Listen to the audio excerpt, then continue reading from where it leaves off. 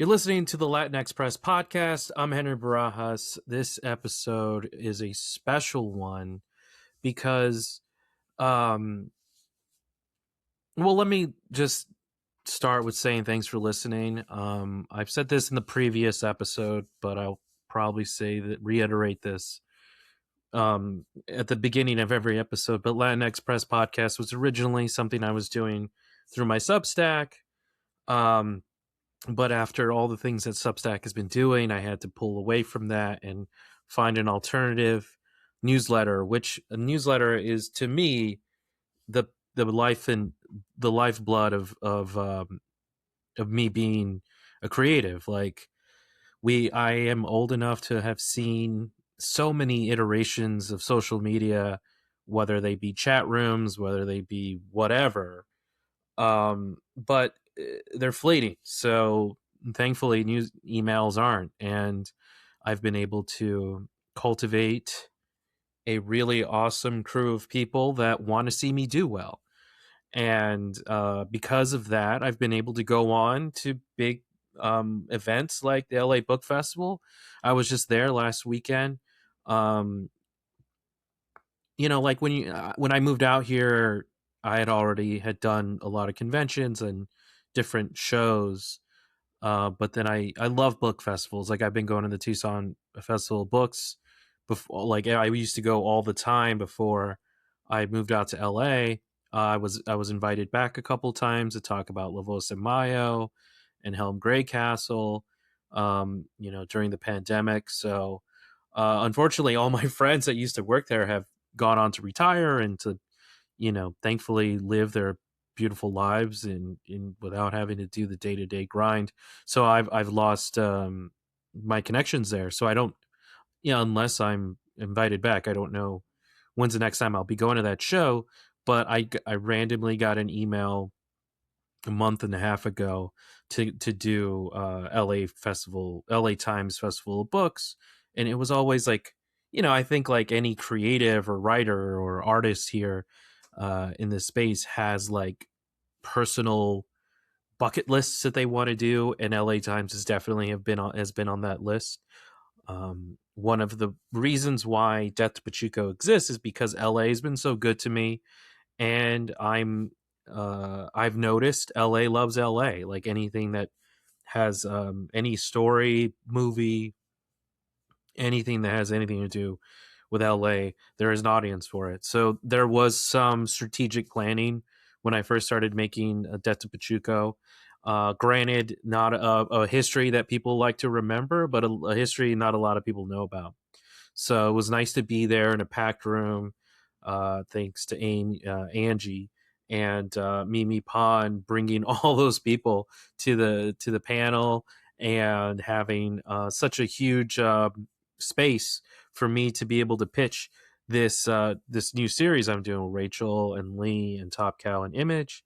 It like to have Mysterious Galaxy Books buy all those copies, and it looked like they only had 3 or 4 left, and I went down and signed them so that they can move all the units and not have to bring as much books back. So that was such a joy. I'm hours away from going to the last bookstore, Studio City. I'm gonna be there. By the time you listen to this, I'll have already had done the signing, and I do talk about this in my newsletter, the Latinx Press. Um, was it Button? Yeah, what was it? Yeah, Button Down. Yeah, so on Button Down, I have my Latinx Press podcast there, or and newsletter. So this podcast, I've tried to use. I've learned to use the word friend, um, in a very conscious way. A lot of people in comics, they may be your peers, they may be contemporaries, they may be acquaintances. Um, I would consider Peter a friend, and I think it's one of the biggest reasons why we connected during the Latinx BIPOC Pop event last year, is because we're both from Tucson, and we both love the craft of writing. Peter Murrieta is such a decorated writer and has all the accolades you can imagine. But at the center of all that is a guy from Tucson who has something to say. And I really gravitate towards that. I mean, you can look up his credits, and you could see he's an accomplished writer, script writer, a TV show. You know, he's a huge name in TV, and the fact that we can chat, see each other randomly in LA, Dodger games. It's always a joy. So as he's my Tucson friend here in LA, and we have this awesome conversation. I mean, it's one of those like very relaxed. I try to make this very relaxed and low pressure conversations. And the biggest reason why I started doing this again is because I I was editing my PDF for the Det to Pachuco, and unfortunately, Adobe Acrobat is such a juggernaut. I've had to subscribe like on a monthly basis to be able to use these to make comics, and it had a little like button like come up, and it says, do you want to create a generative AI podcast about this PDF? And I was so offended by that, and it just really rubbed me the wrong way. I regrettably hate using that program.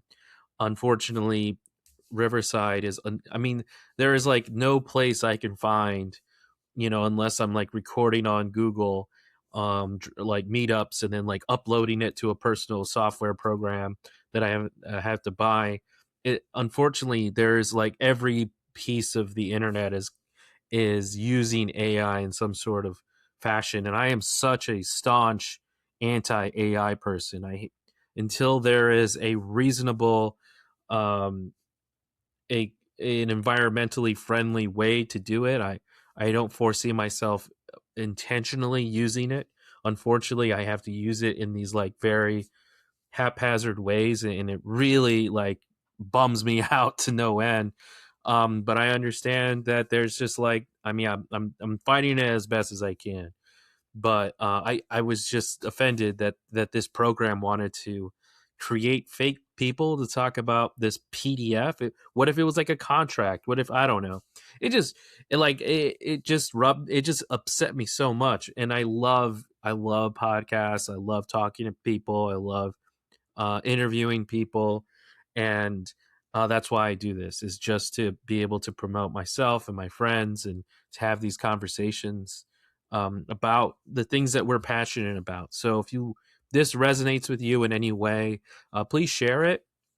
If you like have the time, uh, make a review on Apple Podcast or Spotify or whatever the hell. Like and subscribe, do all that stuff. Or if not, just listen to it and go on with your day. But um, and if you haven't already, the biggest way you can support me and this podcast is by buying Det to Pachuco, whether it be at your local comic book store, whether it be at your bookstore, or whatever the other um, online retailers. I'll let you make that decision. I also have a personal store where you can buy it from me, where I will sign it for you. Thankfully, a lot of people had done that already. So thank you so much to everyone who's listening, subscribing, and supporting me in any kind of way. Also, big thanks to my haters. Without you, I wouldn't be here. I also am appreciative and thriving on you and your hate. But let's hate less. There's a lot of hate going on. So let's be kind to one another. And I look forward to you listening to this conversation on the Latinx Press podcast. Peter, Hey, what's up, we're Henry? it's so good to see you, man. Last time I saw you was randomly on Larchmont. Yeah. I love our relationship. I saw you randomly at not a regular hotel in San Diego. Oh, that's right. You were in the corner Uh, writing. I had a deadline and I went away from the din to like be out of the spotlight, limelight crowd. And then there you were with your sister, I think, right? Yes, yes, Yeah. And so I love that we see each other like that. It makes it yeah. feel like a small world. It does, and We're both from Tucson, a Yeah. very small world. Uh, and then when I moved out here, it wasn't long when I realized that even LA is a small world. Yeah, it is. You're literally I've been 7 degrees from Kevin Bacon, 2 clicks north, you know? That's right. That's right. I also think like I've been here since 93. 93. That's a good time. I've been here a long time, and I've been here long enough that I do feel that small townness. Like I feel like when I go places, I tend to run into people.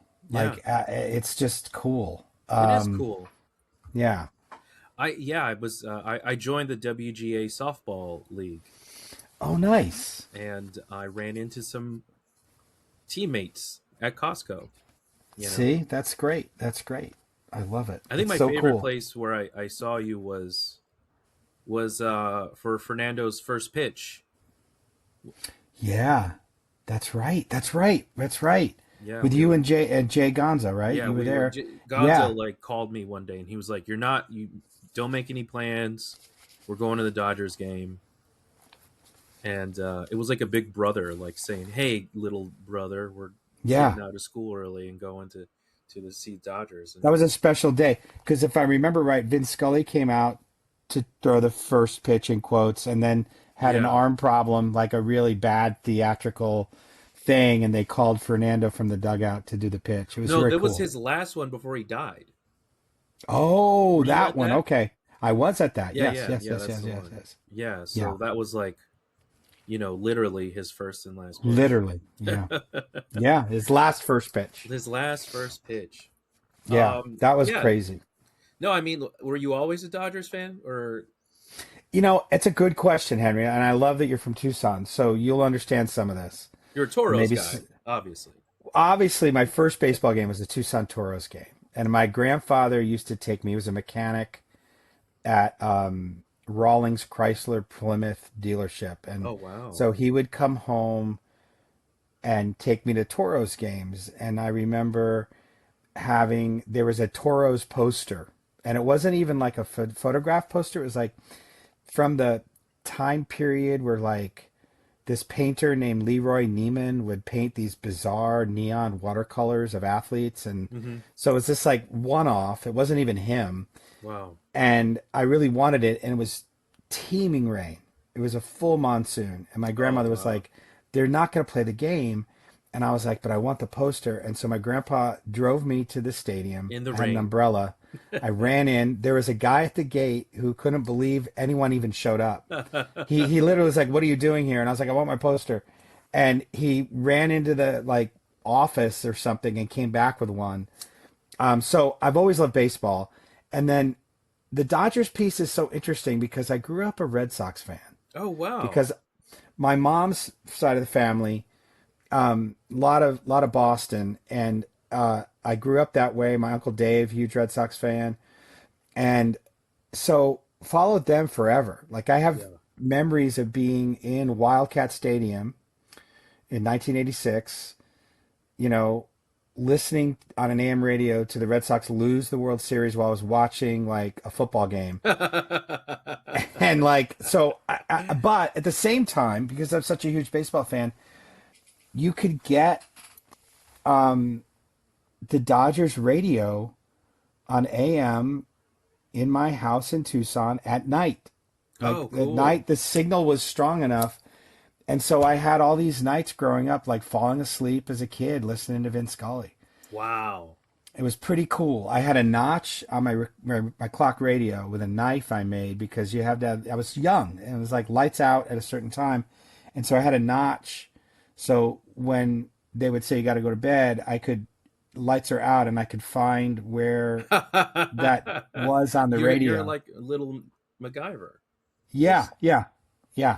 The that's big awesome. lesson there is what is a 10-year-old doing with a knife? Yeah. And that's like whatever. Yeah, my my mother and father were Dodger fans, and I grew up to have a terrible relationship with my father, and so whatever brought him joy brought me misery, and every time they turn on the TV and the Dodgers are playing, I'm like, who's the Dodger playing? Who are they playing today? And it's like the Rockies, and I'm like, I'm a Rockies fan today. Like any team they were playing, that was who I was rooting for Of like course. 10 years, maybe 13 years of watching the Dodgers. And I moved out here, and some friends were like, "Hey, we're going to a Dodgers game," and I was like, "Fuck the Dodgers," and they're like, "Why?" And I just like had this moment of like, "Oh my god, I have this like unresolved daddy issue of like hating a team that I've watched, you know, Yeah. Yeah. that like very closely, like." And Yeah. so then I was like, "Yeah, I'll go." And then I realized I live in a town now that has teams that I can root for. Yeah, that you can care about, that you can care Yeah, about. And like the Dodgers, my friend Gustavo wrote a column a few years back now. It was really good, and he's a great writer. he is. I He used also, to edit the Tucson Weekly, and we'd run his oh, column. you read Gustavo's column? They Ask Yeah, a Mexican. Oh yeah, yeah, of yeah, yeah. course. Yeah, So he writes for the Times now, and he wrote a column a few years back that talked about Dodger Stadium very specifically as like this place of pain oh yeah, for Mexican Americans. But what was different, because so many people have written about that, but what he wrote about is, it's hard to believe that Fernando Valenzuela changed that stadium so much that I think Gustavo's thesis was there's no better capital of Mexican American Los Angeles than Dodger Stadium I now. agree. I agree I agree 100%. too. And the fact that he's from Sonora, and he actually I kind of know. he looks like a guy from Tucson, or like Yes, he does. No, he does. He does. He does. And it's great. It's just great. And he had that strange, like Peter Pan, Prince Valiant haircut. It Oh was yeah. just great. I just It like the was just idea that great. he was selling out stadiums wherever he went. I know. I Like the know. fact And that also, that guy, and just out of yeah. nowhere. And like the compelling story about him is such I'll give you one story about him that's good. That will tell you like the depths. Oh, and by the way, I think hold on a second. I just had a birthday. Hold on. Oh, okay. I saw that. Belated happy birthday. And um, unlike most people, I Right. wrote on my invitation, please, presents, bring them. Like, let's Oh, go. I want stuff. And my friends got wow. me this, which I read as a kid, and Oh, like so it's you the had it. issue. It It's the looks issue. it looks it looks like it's in perfect condition. It's in perfect condition. They bought it somewhere online, and I remember reading it as a kid. I don't have it anymore, and now I Yeah. have it again. And I was at a baseball card shop a few years ago. He was still alive, and I was with my friend Jeff, and there was this guy in there who was like real shaggy looking, like flip flops and like corduroy shorts, and like just looked kind of like a guy following fish or a guy following the dead or something like that, Yeah. And he introduced himself to Jeff and I, and he's like, I'm Fernando Valenzuela's agent. Okay. And so I had just read that Fernando had sold his life rights to a couple companies to try to make stuff. Yeah. And so I said, "Oh, that's cool. I read that article. Like, what are you guys doing? Are you doing documentaries? Are you doing like a series or a movie, or what are you doing?" And he's like, "We're doing all of it." And I was like, it didn't make sense to me the way he Yeah. looked and how he was talking about it. And then he went up to talk to the owner of the baseball card shop, and I realized, oh, he's Fernando Valenzuela's sort of licensing agent. So it has nothing to do with Yeah. what I read about. And so I was like, oh, I get it, I get it, I get it. And then when he passed, it kind of inspired me, and I've written a movie that is called Fernando. That's not about him. It's about people getting to Dodger Stadium to see him. That's a great idea. I'm very excited about it. We just got a budget from a producer yesterday, and I'm hoping to have like ability to announce that we're doing it Yeah. soon. Yeah. Yeah. For sure. And that's the other thing. The like what brought me to LA was making a movie, and the director, I'm talking to the director, and he says, in this town, nothing's real until you're standing, behind the camera and you say That's right. action. That's right. 100%.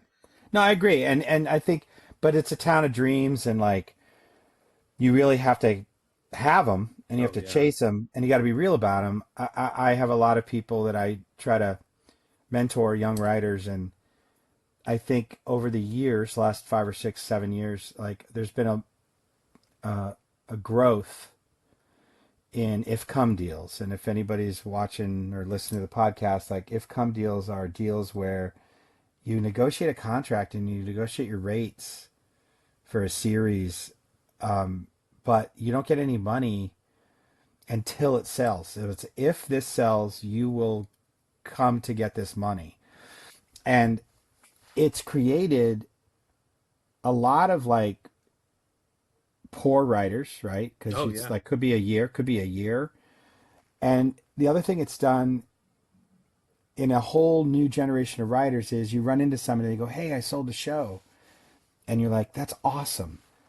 And tell me about it. And then they start to tell you about it. And you're like, oh my God, in your head, you're like, you didn't sell a show. You got a producer to give you the rights to sell this idea for free. And now you're going to try to sell it. And that's fine. That's Yeah. how it is right now. But you didn't sell a show. Yeah. And so it's this weird kind of, I never out them. I never know, go, hey, that's Oh not what you yeah. did. But I'm No. just like, because that's how much the business has changed. Oh yeah. I mean, it's also there's instances like that in comics, where people have these ideas of what's happening, and you're like, oh, I know what happened, and that's what's happening. But like, Right. but it's like, it's just the nature of the business, Yeah. and it's with comics right now, it's like it's the cheapest form of entertainment, basically, Hmm. aside from maybe gambling, uh, or those like weird games that you don't know if exist or not. I But guess so. Maybe, but what about just watching regular over the air TV? that That's is cheaper? probably, I mean, who has that anymore? Like I like there has to be like a certain demographic of people, you I know. guess. But like there's like this number one show on television. I've seen a few episodes of it. It's called Tracker. It's on regular old television. Oh It's a well, that's guy good. who's tracking a guy. I you know, Is it real? Is it like scripted, or is it? scripted, Oh, scripted, okay. scripted. Wow. Yeah, I mean, and that's the thing. Like, I try not to look down on however anybody's getting their entertainment. That's Whether right. it be on That's right. bunny ears, or you're paying Yeah. $30 a month for Amazon Prime or whatever. Right. You Right. know, And Netflix just raised their prices twice in one yeah, year. it's Pretty it's great. um, it's Pretty yeah, it great. just makes it that much harder for everybody else. So, Yeah. speaking of comics, congratulations on finally putting out your book that has had different lives, and now Yeah. you know You want to talk about that? yeah, Let's. let's talk All about that. right. So the book is called Rafael Garcia Henchman. Um, it's Titan Comics is putting it out. Issue one came out last month, and I guess issue two is coming out in a week or so. And it has had a long life. Like it's had, like you said, many different ways to get to the people that want to read it. It started off as a half-hour television pilot that I wrote on spec when I was doing Christella. Oh So wow. that's probably like 2014, so 12 years ago. So I wrote this pilot on spec. I don't usually do that. I don't usually do that. I usually sell something and then pay me to write it. But I had this idea, and the idea was based out of conversations I had with my boys who are now men. But we would go to the movies at ArcLight in Hollywood at the Cinerama Dome, and we'd see superhero movies, and they were kids, and they would say to me on the way home, like, Dad, where are the Mexicans in the Avengers? And I was like, oh. So I would tell them it's like a 15-minute ride home. And I would tell them these stupid stories. I was like, oh, well, do you remember? at the Avengers headquarters where the jet came out of the ground? And they're like, yeah. And I get, and you remember how it was like a lawn, and the lawn parted like doors, and the thing came up, and they're like, yeah. And I was like, somebody had to mow that lawn, guys. And they're like, well, who is that? And I go, oh, there's this whole organization of henchmen, and they like fight. They do all these missions, but they also have to take care of shit. And so, and I was like, Doctor Strange has this cool car. He doesn't know how to fix it. It's Doctor Strange, man. So I just kind of created this narrative with them because it was a lack of seeing it anywhere else. And then I wrote this pilot, and we had a couple networks interested, and we attached a couple actors, but it just never seemed to take fire because that was back when the Marvel was doing Agents of Shield, Right. Yeah. and NBC was trying to do a comedy called Powerless that was Yes. really bad. And so it was just a wrong time. But I was Right. like, I still want to do this story. So I've always been a fan of comics. And we got this small independent company called Starburns to put out issue one. And then they went bankrupt or under or quit or whatever they did. Became Massive Comics or I don't know what. But they didn't put out issue two. And so I've been looking for a home, and Titan stepped up. That's great, man. It's good to see it again, and really awesome variant covers. Yeah. Um, I think that really helps, especially in today's market. And after rereading it, it was refreshing because I think a lot of the problems superhero comics has is there has to be an apocalyptic threat, and that is not the central theme of this comic, which I think Not I at find all. refreshing. Yeah, thank you, thank you. Well, tell me what you thought in the reread. Give me your expert opinion. My expert, I mean, that like I think like and maybe you can relate to this Mm-hmm. in reading or watching stuff that of people that you know and people that you respect. Um, you can either go two ways with it. You can read it and enjoy it and like take it for what it is, or you can rewrite it in your head. Yeah.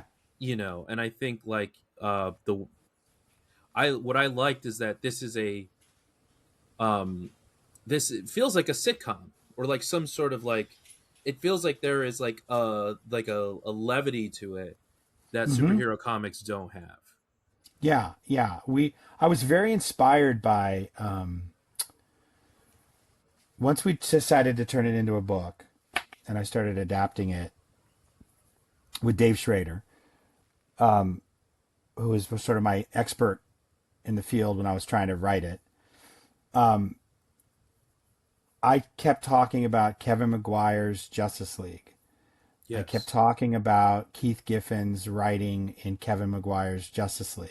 And that to me was the right mix because I think on page two there's a giant explosion and dozens of people are killed.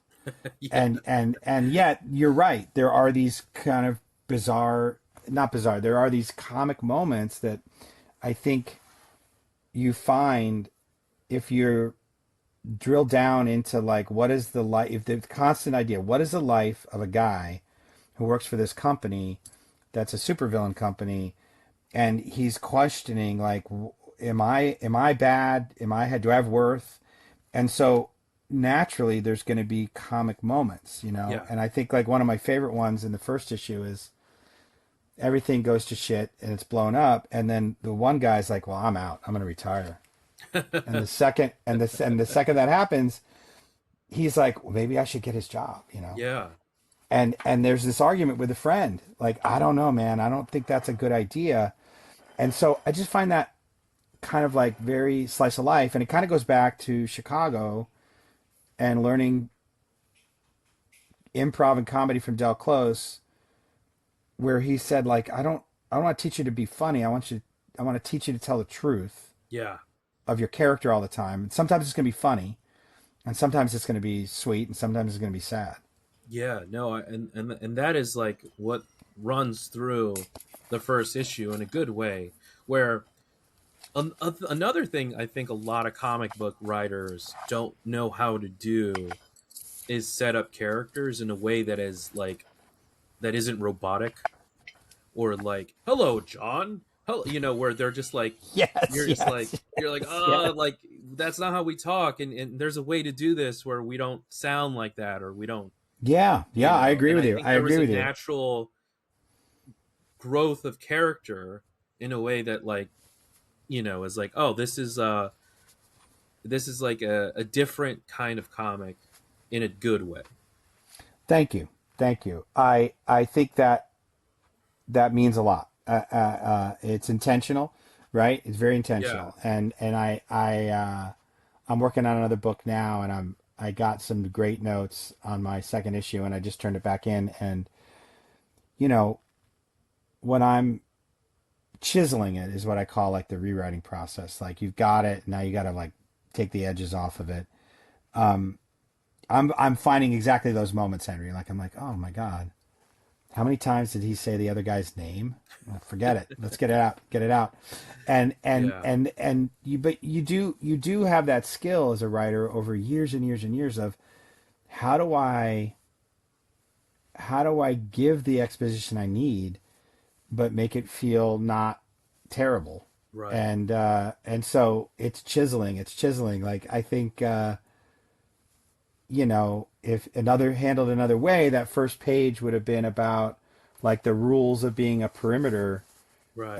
henchman, as opposed to like an argument that ends with one of them was right because many people died, and Yes. like that's got a thrust to it. Oh, for sure. Um, yeah, Because that other way to do it is, it's been done, yeah, and it's fun, but like yeah, if you can make it consequential to the story, and it makes sense to like why they're having that conversation, and then learning about everyone in the process, I think there's some gold in that makes it, yeah, that stands out. And and because, like you said, like, and your kids said, like, where are the Mexicans? And then, do you ever feel like someone asked me this when I was doing like Death to Pachuco, and I was kind of hmm annoyed by it. They're like, do you feel like what you're doing is counterintuitive to what you're talking about, like trying to make these like, you know compelling Mexican um, characters while making him a junkie, and while like he's like yeah, sleeping around, yeah, and I'm like, well, well, are they not allowed to be like, do brown characters have to be either perfect or the worst? Can there be yeah, some nuance and some, you know yeah. like grace between this? Yeah, I agree with you. I think there's a phrase I use, and this is like only because I've been teaching at university for a while. There's this phrase. Oh, and it came from, you know where it came from? It came from Aldama's book, one of his books. It's called Narrative Plentitude. And it talks about representation in a way that's not about race or affinity group. And it gets to the heart of what you're talking about. And it says the idea of narrative plentitude is when we have a plentitude of characters representing a group, we no longer ask the question of like, is it okay for Tony Soprano to be a murderer? Like we're like, okay, yeah, because you know what? There's Rocky Balboa and there's Tony Soprano and we got all kinds of Italian representation. But until a community reaches narrative plentitude, they're going to be faced with like social critics, academics asking questions like that, and it's unfair because in order to get there, we have to do it. We Yeah. have to have that. No. And just to that point, also, I'll say like there's a real like adult themed cover of issue 1 by Mendoza, right? Mhm. Have you seen that cover? It's Do in you the know that cover. artist? Oh Do you know yeah, that yeah. artist? The zombie tramp. Yeah. Yeah. And when we did the covers, and somebody's like, we can get Mendoza to do one, and he's very cheesecake, and it's going to be, some nudity, and we'll have to bag it. And I was like, I don't know if that's Henchman, Yeah. but they were like, well, he's a pretty popular artist, and I said, okay, and it's sold out, and we'd love to do it. We'd love to do another second issue, a second printing of it. But here's what I said, and it's coming, I think, in issue 2. I was like, yeah, if we're gonna do that, we need to do an alternate cover of some other artist that's going to be Rafael Garcia in a Speedo. Like this guy with a big gut Yeah. is going to be in a Speedo on the beach. And they were like, okay, so we're going to have narrative plentitude. Like Right. we're going to have a lady with her shirt off. We're going to have a guy in a Speedo. Like, let's go. Yeah. And that's another, charming aspect of the comic, that the lead is a big guy, Yeah, and he's not, shredded and on Ozempic yet. not yet. Not yet. I feel like I feel like there's a version of this guy where he's kind of a manosphere kind of dude who's like, trying to like, work his way to the top and just have all these like I failing. think that you could be. I do think it's a good point, and I think I love him so much. Like I think he would be listening. Yeah. I think I think he's a Joe Rogan podcast listener, but I would say he's smart enough that in the recent months, I'd say Rafa's reaction to Joe Rogan deciding that he's not a Trump guy. I think Rafa is going to tell Kyle like, Kyle's like, "Oh, did you hear him this morning?" And he's like, "I'm not listening to him anymore." And Kyle's gonna think because Rafa's been enlightened, and I think Rafa's point is like, I don't know. First he believes this one thing, then he's believing another Right. thing. Like Yeah. I don't know anymore. I got other things I got to do. This guy I can't trust anymore. So I Yeah. think that's Rafa. Is like Yeah, that's the growth of the character. yeah, right. Like I don't trust him. And Kyle's like, well, did you trust him before? Because not a lot of people did. Yeah. And he's like, well, maybe I don't know, but I'm not doing it. No, that's great. How many issues do you plan on doing? I think this first series is 3 in a paperback. Okay. Maybe it's 4. I can't remember because I did it a while ago. I think it's 3 in a paperback. And I got Hey. Trejo to blurb it, which is great because he's in the book. Yeah. And I didn't even ask him if I could put him in the book. I was like, hey, you're going to be in the book. I think And he's used to that. yeah, yeah. Uh, but I've got the second and third arcs ready to go. I Oh wow. think if we hit a certain number, I think they want to do more. So I'm real happy about it. I guess you're the expert. Like I guess we'll see what the drop off is to issue 2, and It's a then we'll 40 to probably have. 60% drop off normally. Okay.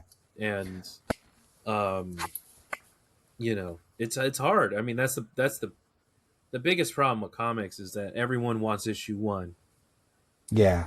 and then issue 2, 3 is like where you find your fans, and then the trade is where people come back if they liked issue 1.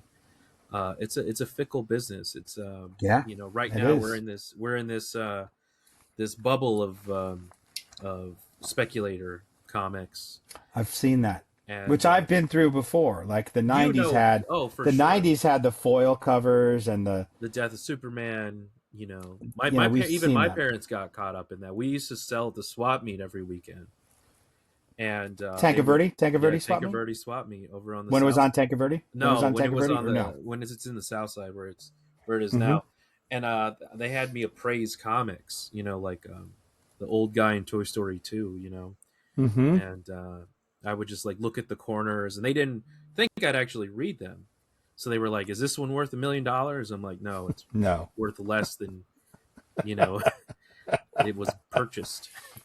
Yeah, But it yeah, was yeah. good for me because I got to read all these things I shouldn't have been reading. That's right. By the way, I wrote about it this week on my Substack, which came out when we started Right.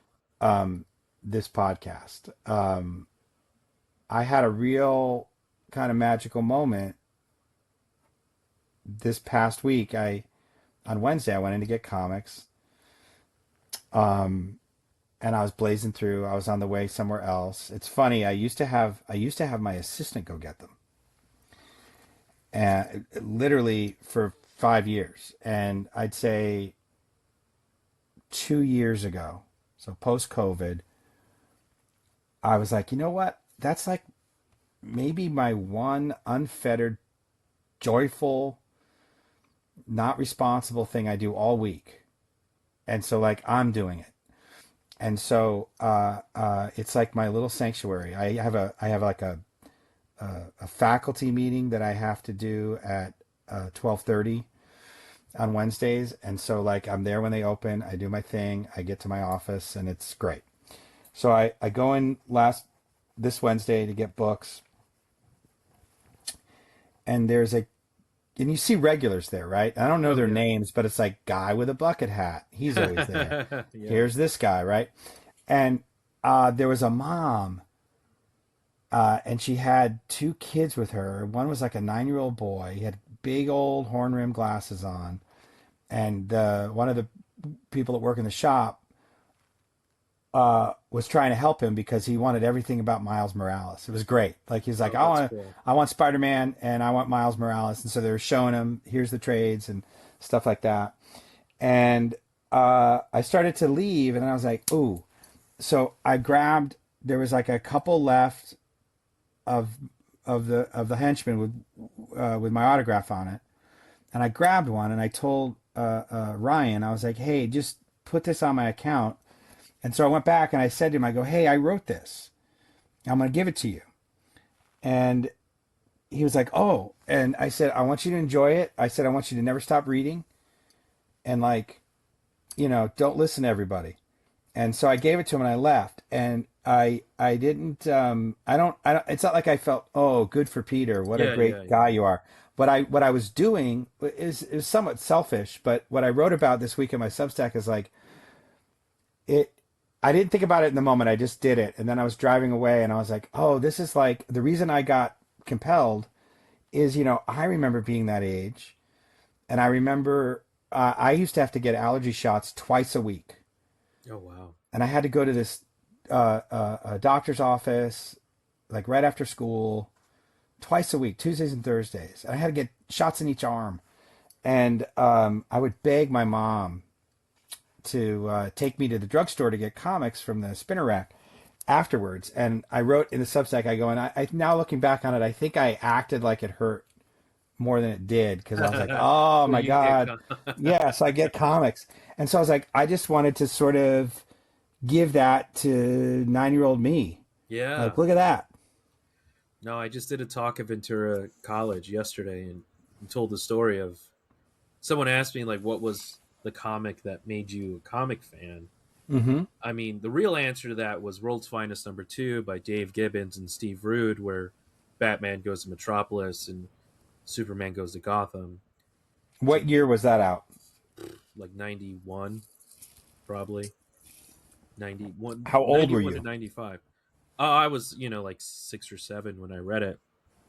And Okay, I want you to tell the story, but I'm going to give you mine yeah, and then because and it's then so equally that was weird. like Equally weird. to me that was like, oh, this is cool. It looked beautiful. It had so many a classic moment where it's a Christmas comic, so Superman gives Batman a VHS copy of Zorro, Great. and it looks fantastic. And um, Superman says, "I got to get home because I got to meet with some friends." And then like it kind of like it's obvious like they're not friends. So he's like, "Oh, you're welcome to come if you have no, you Oh, know, that's great. friends." And Batman's like, "Crime doesn't take a holiday, Clark," and then drives away. Great. And Superman flies up, Great. and that has always stuck with me. But when I was a kid, we used to go to the swap meet sometimes just for fun, and there was a guy who had like filing cabinets full of comics, like metal filing cabinets. So I'm like digging through as fast as I can so I don't get lost for my family. And my dad yells at me in like a very aggressive way. And the guy noticed that I was like afraid that he might, be physical. And the guy was like, hey, hey, it's okay. And I had a Spider-Man comic in my hand. And he's like, if I give that to you, will you read it? And I was like, Yeah. yeah, yeah, I'll read it. And then he's like, all right, you got to promise. And so as soon as I got home, I read it, and it's the issue where you find out like Peter's parents are spies. Oh, Spies. Yeah, I remember that. Yeah, yeah, and I'm like, whoa, I thought I knew everything about Spider-Man at the time. Yeah. And so that always, like, when an adult like gives you a comic, I think Yeah. it's a very impactful thing. So that's really cool. That's cool. Well, mine was, so you were 6 or 7. I was born in '66, so I just turned 60, and mine was when I was probably 11. Yeah, maybe 10. 10 years old. 10 years old, I think. I went to the drugstore, and it's hard to explain, and I'm sure other writers kind of talk about it constantly, especially people in my generation. But like, part of what I think made me a writer was comics, and that's been said before. But because I'm a television writer, part of what made me gravitate towards television partly was the sort of never ending narrative in these books. Because when I was a kid, Batman was already in the hundreds, Superman and action were already in the like three or four hundreds. And so, like, there wasn't this reboot, reboot, reboot. You just kind of kept going, and there'd be like a Yeah, new artist and writer, and it just kept going. And so, that serialized method of storytelling is sort of baked into me, as well as, and here's something I don't think a lot of people talk about, you would go to the drugstore to get them, yeah, and you weren't certain to get every issue. right, And like, you grew up with a comic book store, that was like a brand new thing to me. So back then, you sometimes had to read really slowly and really carefully, and you had to figure out what was the gap between Justice League 73 and 76, because you're like, I don't, is Green Arrow and Black Canary, they're not together now, they're right, together, because these jumps would happen, and you'd have to try to fill it in because you never knew you were ever going to find them, ever.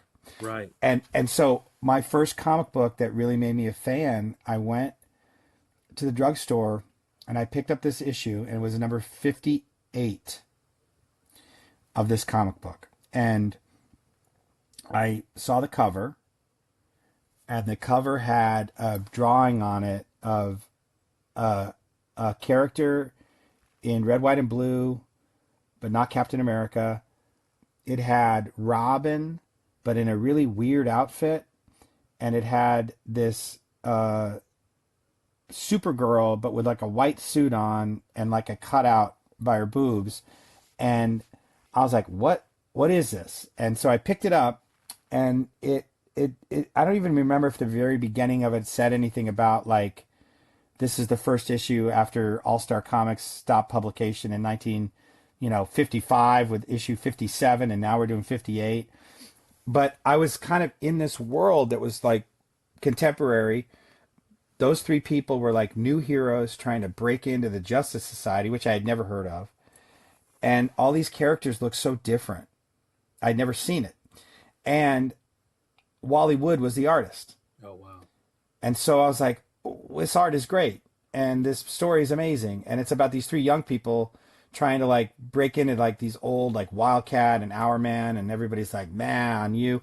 And so I became in love with it. And then like a couple issues later, I learned it's Earth 2, and then I got to see Superman show up, and he had gray hair, and I was like, oh my God. And I've been a fan of Earth 2 and that storyline ever since, wow, even as an 11-year-old, because I look back on this as a mature writer, like, I love that they were advancing character. Like, Batman married Catwoman, and they had a kid, and the kid turned out to be Huntress. Like, they were advancing character arcs because it wasn't the main line. yeah. And I just was so thrown by it. Like, Robin was an ambassador for the government, for the United States, and he had a grown-up outfit on. It was Oh, just cool. cool. Yeah, no, I think I was lucky enough to have the gas station. That's where my first comic shop was. Got And you. Circle K. I didn't know if Yeah, I was getting whatever sequential story, but whatever I could get is what I could get. yeah, Alongside a 12 pack of Bud Light and some Clamato. yeah, Yeah, yeah. You also would get these things like, because I was so young, I'd get something like Marvel Team Up, and it was like Black Cat and Spider Man, and I'd read it, and I'd go, well, that's cool, and then I'd find another one, and it was like The Spider Man Thing and and the Spider. Thing, Yeah. and I'd read that one, and because they were all one-offs, I was like, well, I'm not interested in this kind of like because Yeah. it's not really doing anything other than like they meet up and they fight and then they make up and it's cool. You know what isn't interesting that you say that? I feel like Primos is a good example of like advancing character arc, but you can watch any episode and understand what's happening and also be fulfilled with the story of this Yes, family. that's right. That's absolutely right. And we all did that intentionally. And that show was so. It might have been the most intentional show I've ever been in, um, because it was Shay's first show, and Shay got Mike Schur and me and Lisa Muse Bryant, another a writer with experience, to like Yeah. help. And like we sat around and talked about things like somebody asked us like how much Spanish does the family speak, and Shay was like none. And then the person said, well, wait a minute, not a writer. They were like, well, wait a minute. And he goes, no. He goes, my family's been in Texas for close to 450 years. And yeah, no. And so we're like, great. You know, when we did the first wardrobe check for Rowley, who's the uncle that's kind of in and out of jail, uh, there were some Pendletons. And Shay was like, flannel's cool, but those are too expensive. Like, you got to get the whatever the Walmart version of it is, and like, okay. And we also made sure like there's a difference, people don't think about this a lot. There's a difference between being in and out of jail and being in prison. Like Rolly's in jail because he got drunk Yeah. and it got in a Yeah. bar Drunk. fight. Yeah. Yeah. And so like we made sure of that. And like Mike's in the Army Reserve, not in the Army Yeah. Reserve. Like, you know, it was a very cool show to work on. And I it's the it, it, it was also another good full circle moment because that show was about Shay as a teenager, and my first show was Greetings from Tucson about me as a teenager, and it was really fun to do that with him and have him benefit from all of our experience. Yeah. And I want to ask you about this because reading Henchman, it says there's like a collaboration of writing and story. Hmm. Um, I think I've always written alone in comics, and I hope to someday be in a writer's room and Yeah, get me that too. that experience. Um, you and I guess you have this experience with television, and you're able to bring that to the comic. Um, how much of that does it matter that like you share this story and you're very much the face of the comic? Yeah, You are the person that's out there promoting yeah, it yeah. and everything. um how much of like what's the I guess like I always look at it like an Arnold Palmer. Is this like a 60-40 situation, or is this Oh, like yeah, a yeah, yeah, yeah, yeah, yeah, yeah. Well, I think Dave would say the same, and I think the reason why we have the credits the way we do is because of that. And you know, we have a very grown up conversation. I think Dave added in some cool stuff, and especially as we adapted it over, and we would have these great conversations about, well, in this issue, you've got to have certain things. And so he was like a subject matter expert for me. And I think I wouldn't put it at a percentage. To me, like when you're in a TV room, like you bring in a draft, and when you're younger, and by younger I don't mean age wise, but like less experienced, yeah it hurts when the room starts rewriting you. It hurts because they rewrite Yeah. everybody, and Yeah. and everybody gets rewritten, and you're all in the service of trying to make this thing better. And so it can be very panic inducing when you start out because there's like 9 people and you're one and you bring it in and then they're like, all right, let's go. And you get, it's weird because people go like, great job, Henry. And they mean it. And they'll say, oh, it was great. This section was great. And then when they put it up on the screen and start rewriting it and suddenly like it's all over and you're like, what the Interesting. hell? What the hell? Yeah. Right? So what you learn over time is you're building a house and somebody says, go build as much of this house as you can in 5 days and bring it back. And you're like, okay. And so you're building the house, you bring it back, and then they go, all right, now we're going to go in there, we're going to do the finished carpentry, we're going to pick drapes, we're going to keep going. And uh, it's a process that's collaborative, and you end up being excited because you know, like, oh, 8 other smart people are going to make this better. But the caveat, and if there's anybody that's trying to be a TV writer, my mentor said to me one time, because I was a staff writer and I was writing a script, and he called me because they usually give you like 4 or 5 days, and he called me and he's like, "Hey, how's that script?" And I was like, "It's pretty good. I'm almost done." It was like Thursday morning, and he said, well, do you think you could give it to me today? Because we had a problem with the script that we're supposed to be doing next." And I was like, I guess I could. And he goes, do you stand by it? Like, if I got the script from you and got in a car accident and died, would you feel like, yep, let's go make this one? And I was like, what? And he goes, yeah. I mean, do you stand by it? And I was like, give me till after lunch, right? So it was like I was like, I got to make sure. And so after lunch, I called him and I go, yeah, I'm gonna send it to you. And he goes, okay. Now the next question is, are you going to be cool if every single word gets rewritten? Because that's also part of the job. And I was like, oh. And so I think you have to constantly be saying to yourself, maybe no one will touch this and it will be out in the world. And am I going to look and feel good about that? But I also have to be ready for incoming help. Yeah. No, I that's such a writer question to ask you too. Like if I Yeah, died that's in a cool. car, I know, right? Right. It's like an editor in comics saying, like, look, if this just went right to the artist, are you cool? And you're like, well, I Wow. don't know yet. I don't know Yeah. yet. Oh I got to yeah. talk to somebody. That's fun. So I guess one of my last questions will be, Yeah. um, what is have you found? And I just want to say this for the listeners Yeah. and anyone watching.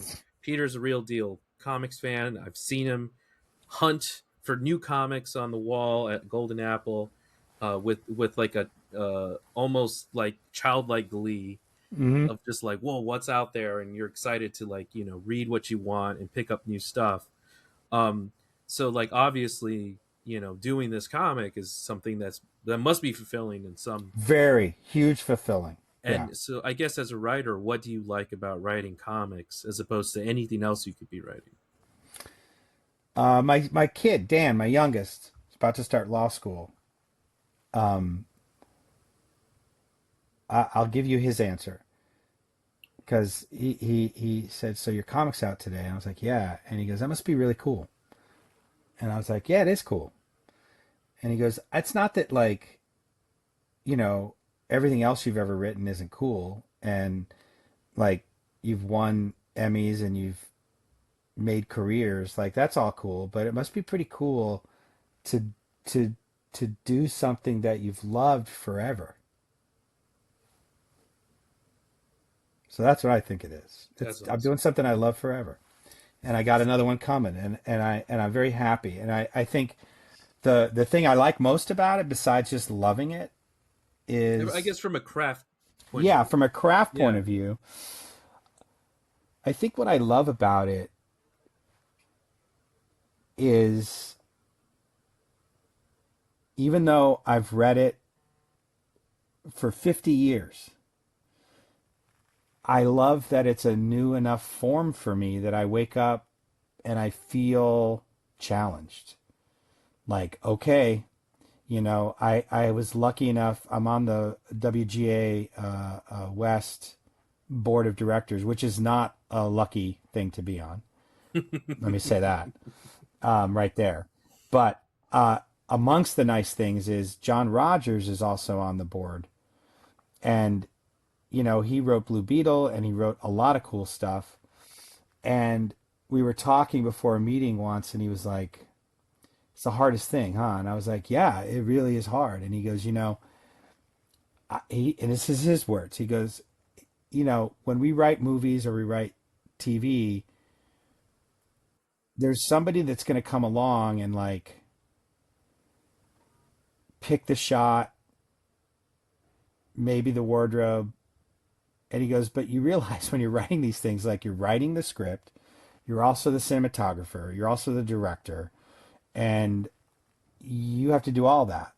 And he said that's what's crazy. When he said I first started writing comics, and somebody said, well, maybe you'll write like, the equivalent of 3 pages a day or 4 pages a day. And he was like, what? No way. I can fucking pump this thing out. And he said, and then you sit down and you're like, well, no, I got to do a thumbnail. I'm like, what's going on? Well, I got the turn page. Like, what's the bottom? What's the rhythm here? And he said, and suddenly you're in a whole new form. And so I really love that. I really love that. That's so good to hear that, you know, because a lot of times I think one of the things that comic people feel jaded about is the Hollywood person coming in and Right, right, right. Well, yeah. here, I'll tell you something else. There's a Hollywood person that's done this.